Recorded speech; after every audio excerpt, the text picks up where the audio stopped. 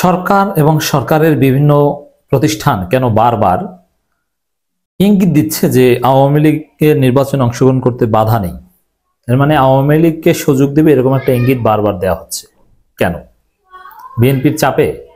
দেখেন, আওয়ামী লীগ নির্বাচনে অংশগ্রহণ করবে এজন্য আওয়ামী লীগের পক্ষ থেকে কোনো চাপ নেই, কিন্তু কারণ আওয়ামী লীগ এখন রাজপথে নেই। তারা যেটা করছে কিছু স্যাবোটাজ করার চেষ্টা করছে, পর্দার অন্তরাল থেকে ষড়যন্ত্র করার চেষ্টা করছে। কিন্তু আমাদেরকে নির্বাচনে অংশগ্রহণ করার সুযোগ দিতে হবে এরকম কোনো দাবি নিয়ে আওয়ামী লীগ মাঠে নামেনি। তাহলে আওয়ামী লীগকে নির্বাচনে অংশগ্রহণ করতে চাপ দিচ্ছে বা আওয়ামী লীগের পক্ষ হয়ে কাজ করছে কারা? বিএনপি।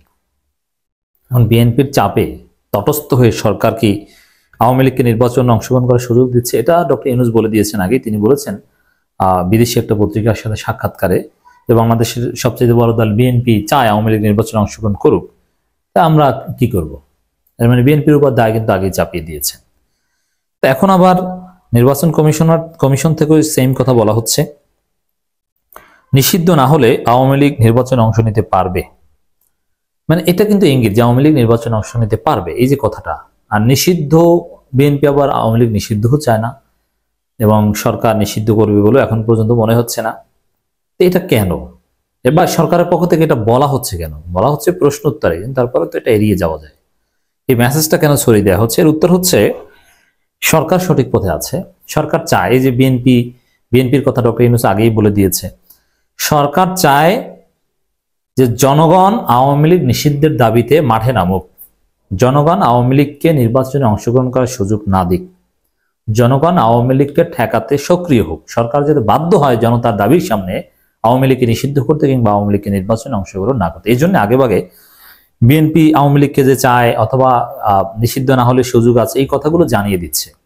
অর্থাৎ সরকারের অবস্থান থেকে আমাদেরকে শিক্ষা নিতে হবে, আমাদেরকে ঐক্য গড়ে তুলতে হবে। তবে একটা কথা সহজ, এটা তো আমরা জানি, শেষ পর্যন্ত বিএনপির কারণে বা বিএনপির চাপে যদি নির্বাচনে অংশগ্রহণ করার সুযোগ আওয়ামী লীগ পায়ও, আওয়ামী লীগ নির্বাচন করতে পারবে না। কিভাবে?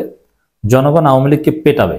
আওয়ামী লীগ যদি কোথাও ভোট চাইতে যায়, জনগণ পিটিয়ে ওদেরকে বাড়ি পাঠিয়ে দেবে।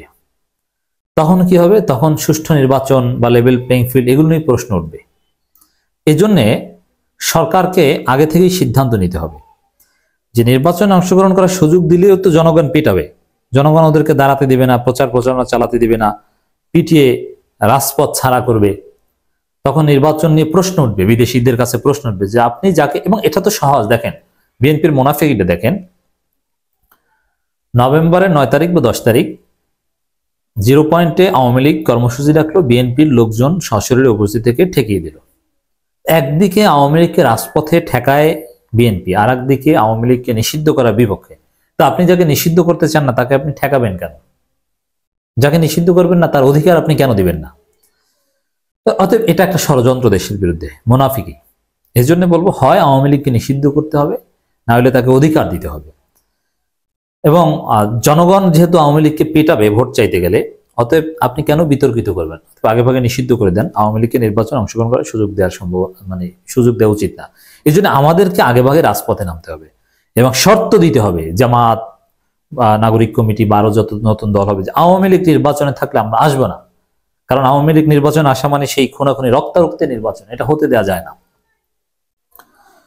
নির্বাচন কমিশন এখন সম্পূর্ণ স্বাধীন বলে মন্তব্য করেছেন প্রধান নির্বাচন কমিশনার এম নাসির উদ্দিন। তিনি জানান, ডানে বামের বা বহির্বিশ্বের কোনো চাপ এখন নেই, তারা এখন বিবেকের চাপে আছেন। উল্লেখ করে বলেন, এদেশে ভালো নির্বাচন করা সম্ভব, খারাপ নির্বাচন করা সম্ভব। হ্যাঁ, তবে বিএনপির চাপে আছেন যে আওয়ামী লীগকে সুযোগ দিতে হবে, এই চাপে আছেন। এটা সরকারি চাপে আছে তার নির্বাচন কমিশনার। আমি প্রথমে এই জন্য বলেছি যে আওয়ামী লীগকে নির্বাচনে অংশগ্রহণ করার সুযোগ দেবে, এই চাপ আওয়ামী লীগ দেয় না, বিএনপি দেয়। মানে বিএনপি এখন আওয়ামী লীগের প্রক্সি। আওয়ামী লীগের নির্বাচনে অংশগ্রহণ করতে কোনো বাধা আছে কিনা এমন প্রশ্নের উত্তরে সিইসি জানান, সরকার যদি কোনো দলকে নিষিদ্ধ ঘোষণা না করে তবে সেই দলের রেজিস্ট্রেশন নির্বাচন কমিশন বাতিল করতে পারে না। এটা রাজনৈতিক বা আদালতের সিদ্ধান্ত বলে উল্লেখ করেন তিনি। কোনো দল নিষিদ্ধের চিন্তা তাদের নেই, নির্বাচন কমিশন রাজনৈতিক বা কোর্টের সিদ্ধান্ত অপেক্ষা আছে বলেও মন্তব্য করেন। মানে এটা জানিয়ে দেওয়া মানে জনগণকে সিদ্ধান্ত নিতে হবে।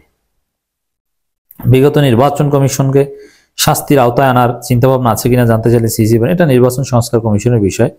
এখনো তারা সুপারিশমালা পাননি, তবে কমিশনের পক্ষ থেকে এ ধরনের কোনো চিন্তা করা হচ্ছে না, সিদ্ধান্ত নেই। এটা কমিশনের তো বিষয় না, এটা সরকারের বিষয়। তবে হ্যাঁ, নির্বাচন কমিশন যদি দায়িত্ব পালনে অবহেলা করে বা কারচুপি নির্বাচন করে, তাহলে তাদেরকে শাস্তির আওতায় আনার আইন করা দরকার, এই বিষয় নিয়ে কথা হচ্ছে। অন্য এক প্রশ্নের জবাবে নাসিরউদ্দিন জানান, তারা ভোটারদের আস্থাহীনতা দূর করতে চান, এজন্য বাড়ি বাড়ি যাওয়ার পরিকল্পনা আছে।